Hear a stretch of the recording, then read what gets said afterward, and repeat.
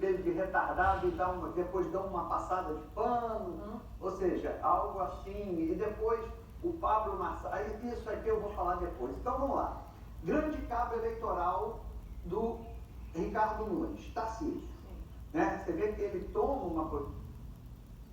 Pode-se considerar até um racha essa posição do Tarcísio de Freitas? Racha não é, porque o Tarcísio de Freitas ele é bem leal a Bolsonaro, mas é uma autonomia.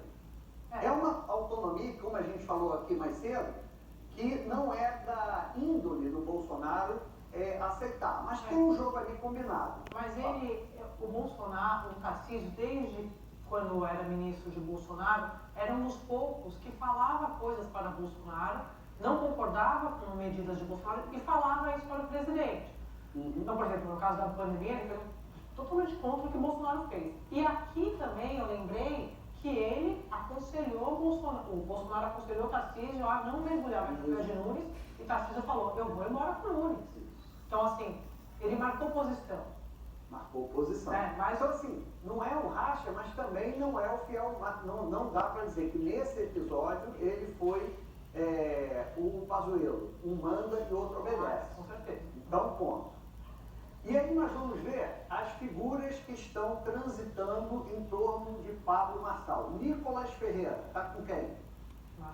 Marçal. E é considerado um dos maiores influenciadores digitais desse grupo da extrema-direita. E o deputado federal mais votado do país. Ele é de Minas, mas ele foi mais votado em 2020. Incomoda? Incomoda.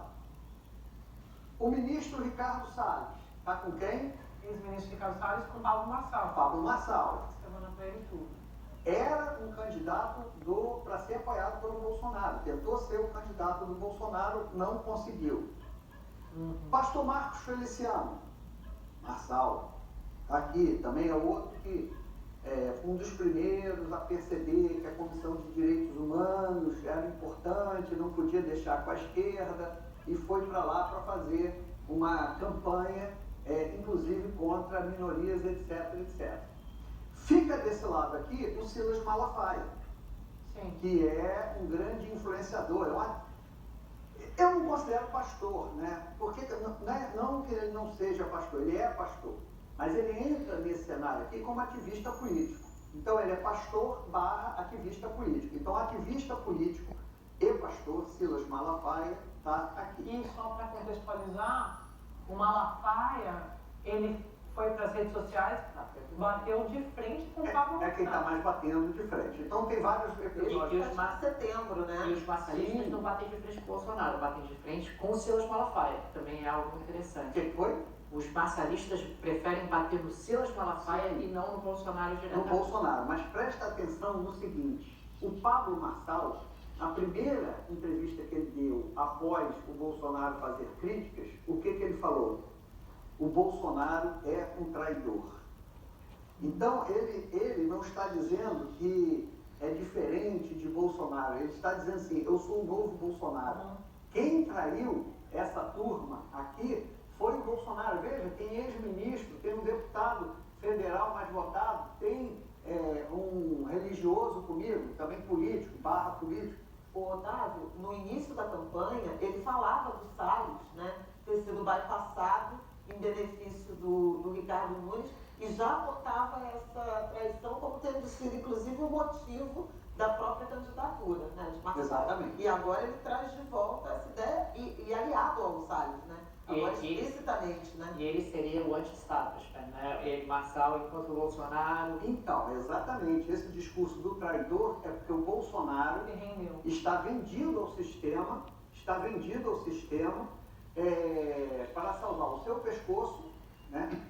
Tentar uma anistia, tentar voltar a recuperar seus direitos políticos e também para proteger os filhos.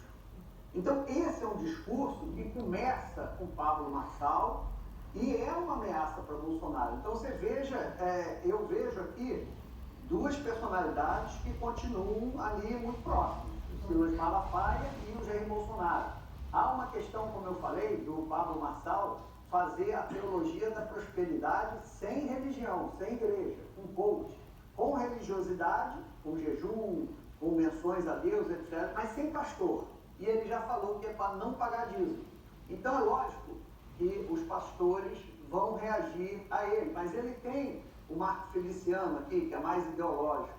Então, assim, por isso que a gente diz que Ricardo Nunes vencendo a eleição, Pablo Marçal vencendo a eleição, o Bolsonaro perdeu esta eleição em São Paulo. Não significa o fim político dele, etc., etc., muito longe disso, ele tem mostrado ali o bolsonarismo.